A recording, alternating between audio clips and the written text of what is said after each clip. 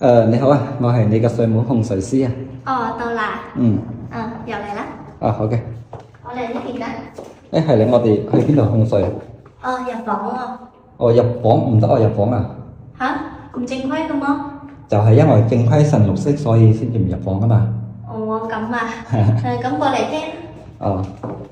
係你好，你自己一個人住啊？係啊，坐啦。好。咁我就同你講下我嘅情況先。係因為我咧就啱搬嚟呢邊咧就冇幾耐嘅，咁我又喺呢邊揾咗份工，但係咧可能唔知係咪份工唔適應啊，所以就成日失眠。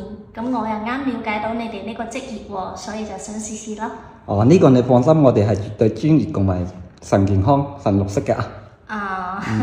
咁係你哋有咩辦法㗎？首先我哋會講古啊、唱歌啊，用啲道具或者手法同你助眠咯，係嘛？咁係而家開始定係仲有咩流程咁啊？首先就俾你睇下嗱，呢個咧就係我嘅工作證、健康證同埋上崗資料同埋體檢報告嚟嘅。咁專業㗎？都係為咗保護你哋嘅私隱同健康啦，係嘛？首先我就幫你按下肩先，好嘛？好啊。你轉個身啊。點啊，靚女，舒唔舒服啊？可以啊。咁就跟住落嚟，下一個環節就係氹你瞓覺啦，講古啊。好，係放鬆啊。靚女啊，講古呢個環節我哋開始啦啊。咁啊，今次講嘅咧就係孫悟空大戰奧特曼嘅故事啊。靚仔啊。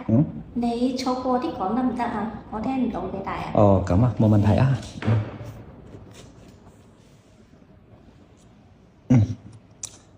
咁就開始啦。